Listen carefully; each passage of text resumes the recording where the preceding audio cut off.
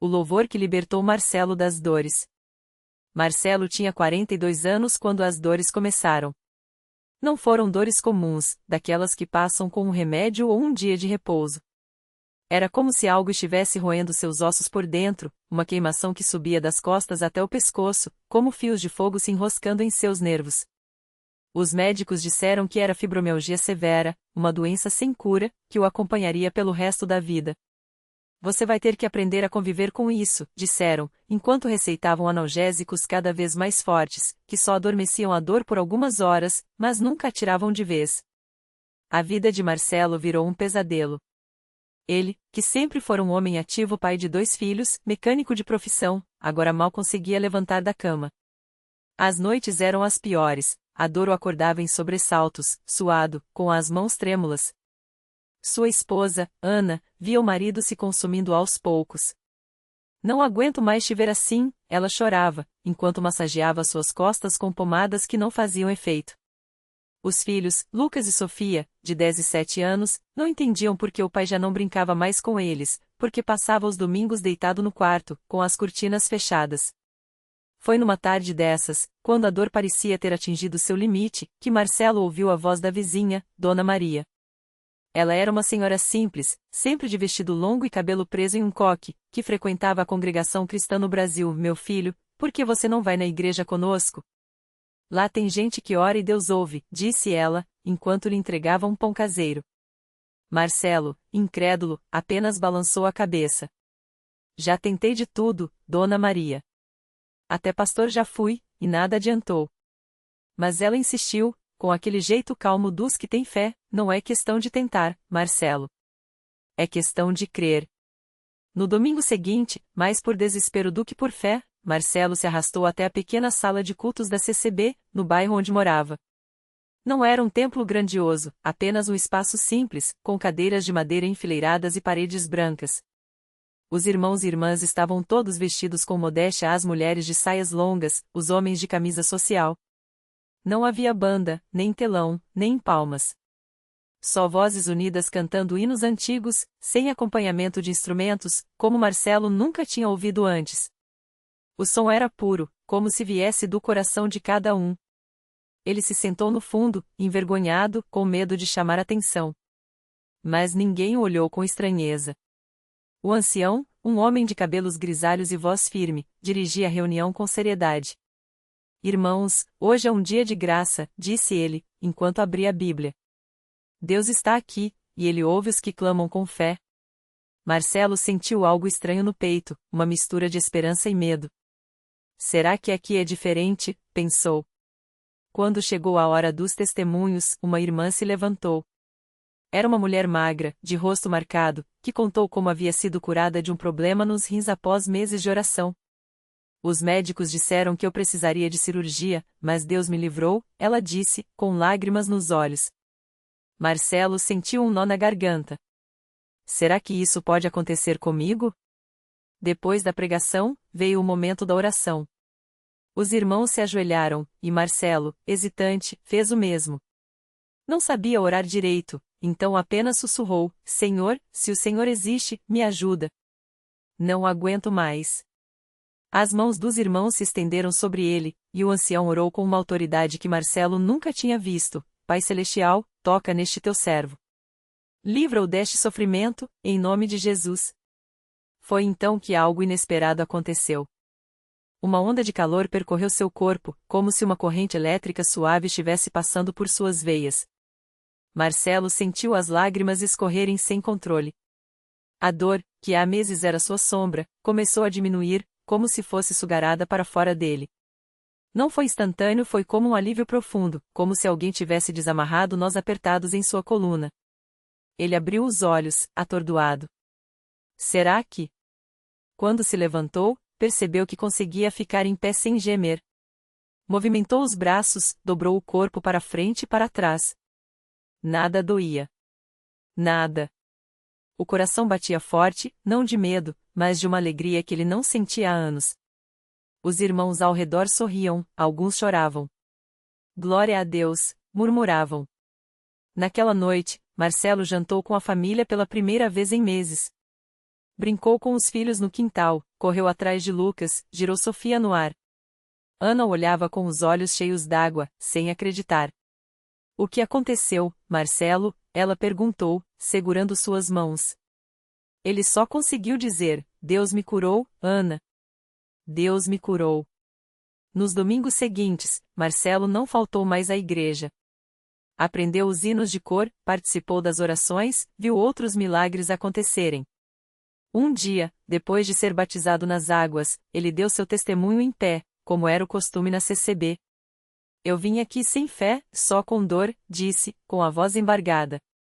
Mas Deus não olha para nossa fé pequena. Ele olha para o nosso coração quebrado. E hoje eu estou aqui, livre, não por merecimento, mas por misericórdia. Anos se passaram. Marcelo nunca mais sentiu aquelas dores. Continuou na igreja, agora como um dos irmãos que estendiam as mãos para orar pelos que chegavam quebrados, como ele um dia chegou. Aprendeu que os milagres não são para chamar atenção, mas para glorificar a Deus. E que a verdadeira cura não é só do corpo, mas da alma. Hoje, quando alguém lhe pergunta como foi curado, ele responde com um sorriso: não foi no hospital, não foi com remédio. Foi no louvor, foi na oração, foi na simplicidade de um lugar onde Deus é adorado em espírito e em verdade. E então acrescenta, com os olhos brilhando: porque onde 2 ou 3 estão reunidos em meu nome, ali estou eu no meio deles. E ele esteve ali, naquele dia. Para sempre. Fim. Mas a história de Marcelo não terminou ali. Porque Deus, que é fiel, não só o curou, mas o usou para tocar outras vidas de uma maneira que nem ele mesmo imaginava. Certo dia, uma mulher chamada Ana chegou à Universal arrastando os pés, o rosto marcado pela dor. Carregava nos braços um menino de 7 anos, Lucas, que desde os 3 não conseguia andar direito. Os médicos haviam dito que era uma doença degenerativa, sem cura. As pernas finas do garoto tremiam a cada passo, e os olhos, antes cheios de vida, agora pareciam apagados, como se ele já tivesse desistido de sonhar. Marcelo a viu entrar e sentiu algo apertar seu coração. Lembrou-se de si mesmo anos antes, daquela dor que o deixava imóvel, da desesperança que quase o venceu. Aproximou-se com calma, sem pressa, como quem já sabe que Deus age no tempo certo. Irmã, tudo tem jeito aqui, disse, com a voz firme, mas cheia de compaixão. Deus não muda. Se ele fez por mim, pode fazer por seu filho. Ana olhou para ele com ceticismo, mas também com um fio de esperança. Já havia passado por tantas igrejas, tantos milagres em que nunca aconteceram. Mas havia algo diferente naquele homem. Talvez fosse a paz em seus olhos, ou a maneira como falava, como quem já tinha visto o impossível se tornar real. Naquela noite, durante a corrente de oração, Marcelo seguiu o exemplo que tinha recebido anos antes. Não gritou, não fez espetáculo. Apenas impôs as mãos sobre a cabeça de Lucas e orou com fé simples. Senhor, o Senhor sabe o que este menino precisa. O Senhor sabe o que esta mãe já sofreu. Não é pela nossa justiça, mas pela sua misericórdia que pedimos, restaure, Senhor. Em nome de Jesus. O silêncio que se seguiu foi tão profundo que parecia até possível ouvir a respiração de Deus no lugar. Então, devagar, Lucas mexeu os dedos dos pés. Ana segurou o fôlego. O menino tentou levantar a perna direita, e conseguiu. Tremendo, mas conseguiu. Um murmúrio de emoção percorreu a igreja. Mãe, Lucas olhou para Ana com os olhos arregalados, como se estivesse descobrindo algo pela primeira vez. Eu sinto minhas pernas. Ana caiu de joelhos, chorando sem conseguir segurar as lágrimas. Marcelo, com os olhos úmidos, apenas sorriu e ergueu as mãos em gratidão. Não era ele quem tinha feito aquilo. Era o mesmo Deus que, anos antes, o havia levantado de uma cama de dor para uma vida de propósito. Nos dias seguintes, Lucas começou a andar sem ajuda. Primeiro com passos curtos, depois correndo pelo templinho da Universal, como qualquer criança feliz. Os médicos, surpresos, não encontraram mais sinais da doença.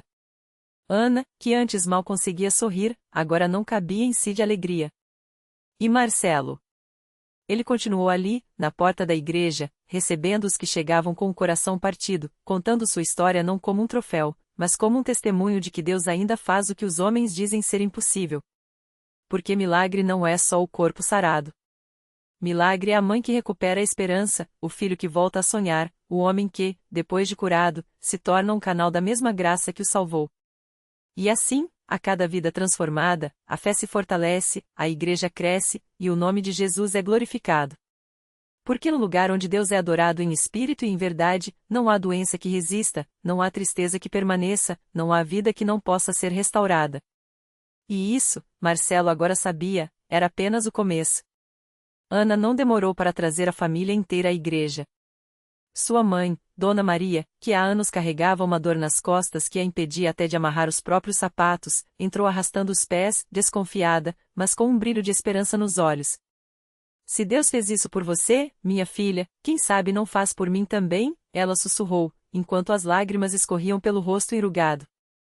E Deus fez. Não foi no primeiro culto, nem no segundo. Mas na terceira vez que Dona Maria subiu ao altar, depois de orações persistentes e muita fé, ela sentiu algo quente percorrer sua coluna, como se mãos invisíveis estivessem desatando nós antigos. Quando se levantou, foi como se pesava a metade. No dia seguinte, amarrou os cadarços sozinha, pela primeira vez em 10 anos, e chorou não de dor, mas de gratidão. Esse lugar é santo, ela gritou no meio da rua, sem se importar com os olhares dos vizinhos. Marcelo, que agora servia como obreiro, viu tudo aquilo com os olhos úmidos. Cada testemunho fortalecia, como se Deus estivesse confirmando: você não está sozinho nisso. Ele começou a visitar hospitais, levando não só palavras de fé, mas a mesma unção que o havia libertado. Em um desses dias, conheceu o seu João, um senhor de 78 anos com um câncer em estágio avançado. Os médicos tinham dado poucas semanas de vida. Reze por mim, moço, pediu o velho, com a voz fraca, mas os olhos firmes. Marcelo orou. E orou de novo. E de novo. 3 meses depois, seu João voltou à igreja. Não em uma maca, como todos esperavam, mas de pé, segurando os exames que comprovavam a remissão total da doença. Os médicos não entendem, mas eu sei quem me curou, disse ele, erguendo as mãos trêmulas para o céu. A igreja inteira explodiu em louvor. Até as crianças, que brincavam nos fundos, pararam para ver aquele milagre vivo. Mas não eram só as curas físicas. A Jussara, uma jovem que chegara arrasada depois de uma traição, encontrou ali não só consolo, mas um novo propósito. Ela começou a liderar o grupo de mulheres, ajudando outras a se reerguerem. Aqui, eu aprendi que Deus não só sara as feridas, como as transforma em bênçãos, ela dizia, enquanto abraçava uma nova irmã que chegava chorando. A igreja, que antes tinha poucos bancos ocupados, agora lotava a cada culto. As paredes pareciam tremer com os cânticos, e o chão vibrava com os passos daqueles que, como Marcelo, tinham sido libertos e agora dançavam em gratidão. Os pastores, com sorrisos no rosto, diziam: isso não é obra nossa. É Deus orando a fé do seu povo. E Marcelo? Ele agora entendia por que tinha sido curado. Não era só para ele. Era para ser uma prova viva de que, onde há fé, Deus age. Cada vida que ele via ser transformada era como um eco da sua própria história. Às vezes, quando o culto terminava e ele ficava sozinho no templo, olhando para o altar, sentia uma paz tão grande que só podia ser explicada por uma coisa: ele estava exatamente onde Deus queria que estivesse. Porque milagre não é só o que a gente vê. Milagre é a corrente que se forma quando uma vida toca a outra, e essa toca mais outra, até que uma cidade inteira começa a acreditar que, sim, Deus ainda está no negócio de fazer o impossível. E na Universal, isso não era exceção. Era a regra.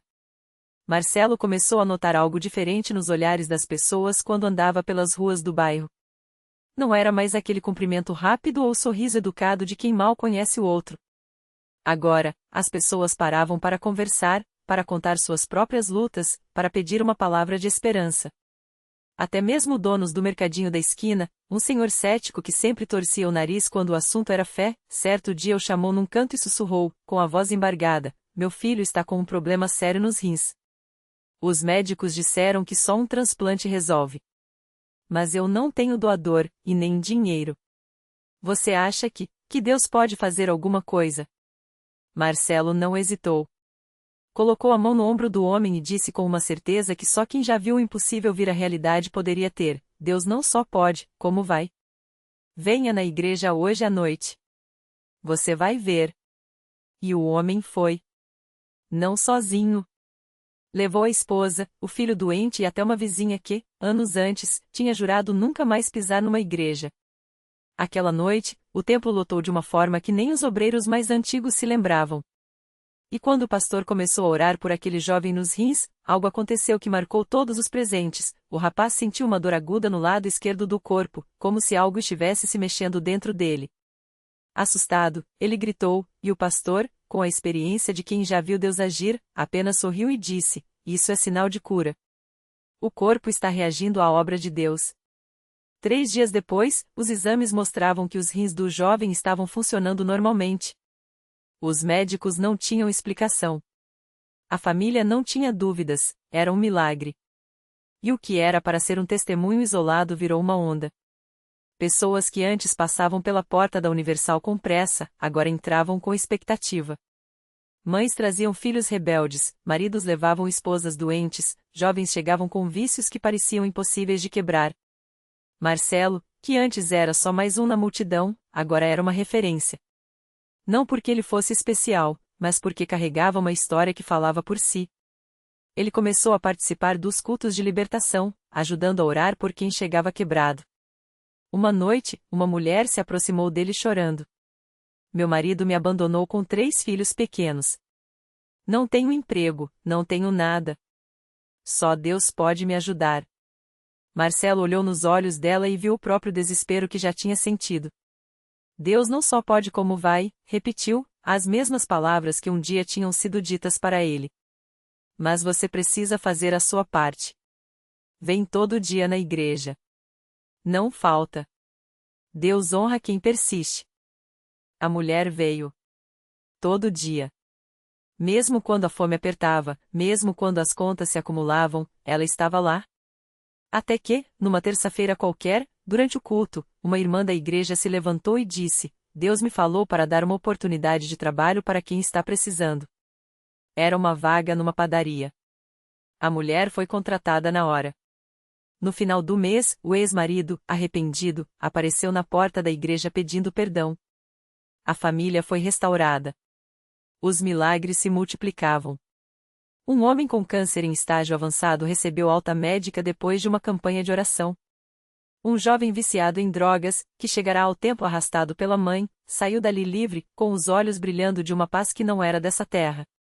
Até um policial, que tinha ido à igreja só para ver como era, acabou se ajoelhando no altar e entregando a vida a Deus.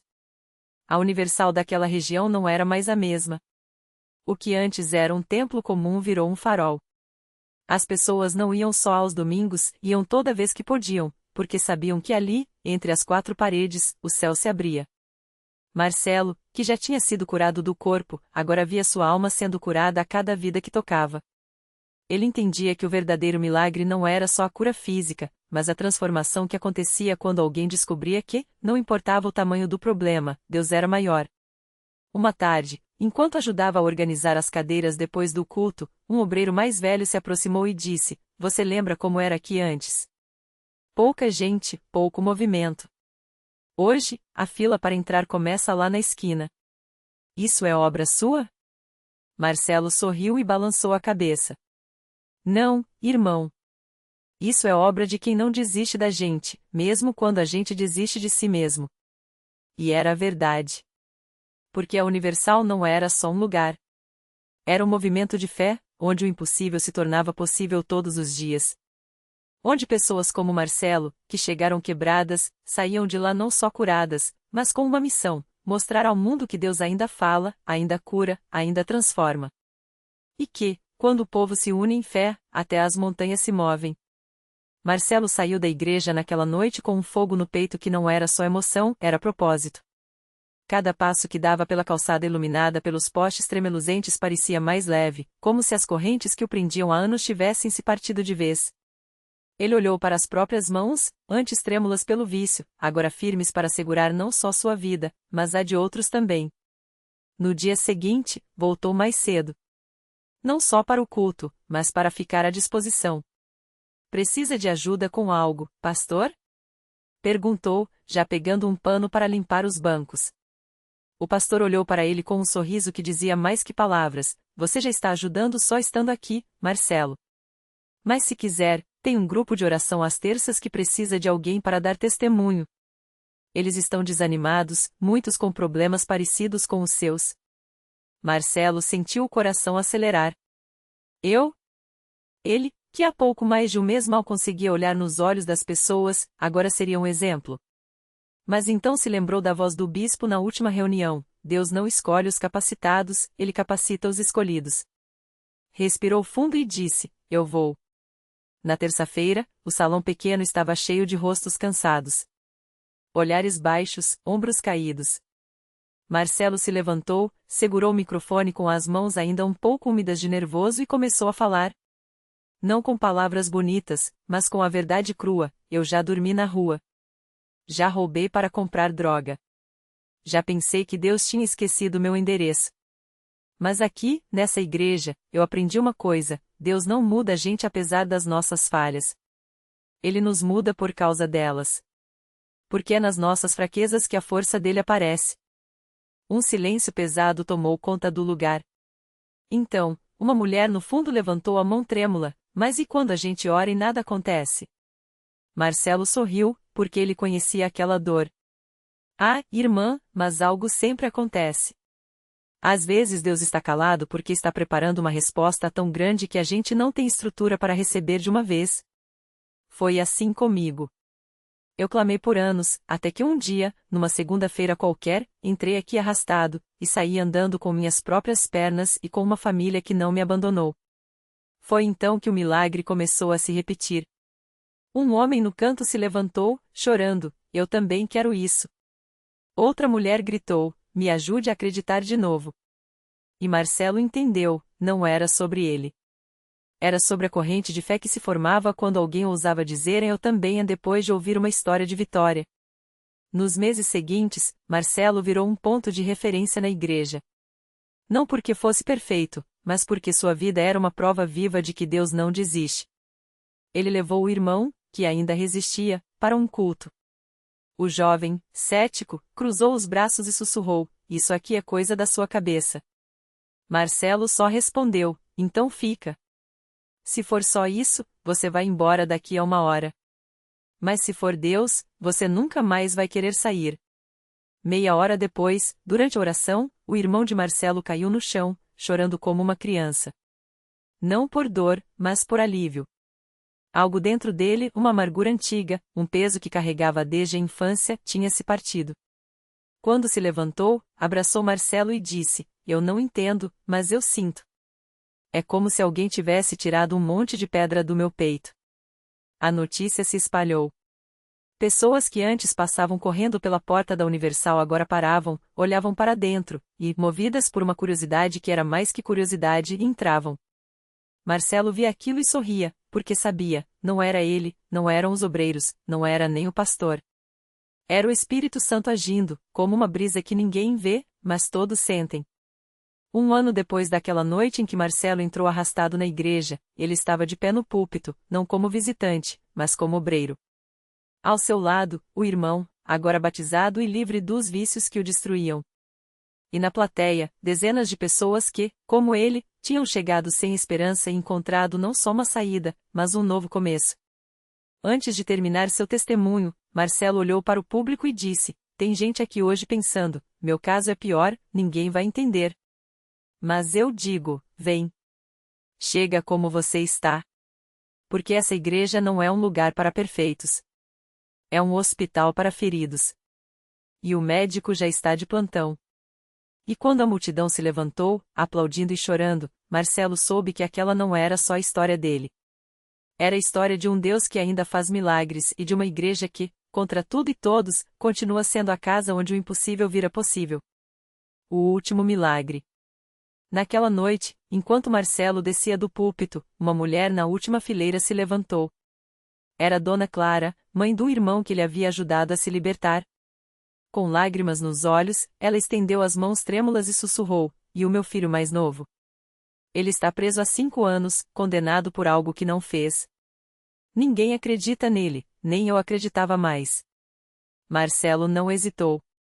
Abraçou-a e disse: Então hoje a gente vai orar por 2 milagres, a liberdade dele e a nossa fé para esperar. Uma semana depois, um advogado, que ouvirá o testemunho de Marcelo na igreja, apareceu com documentos que provavam a inocência do rapaz.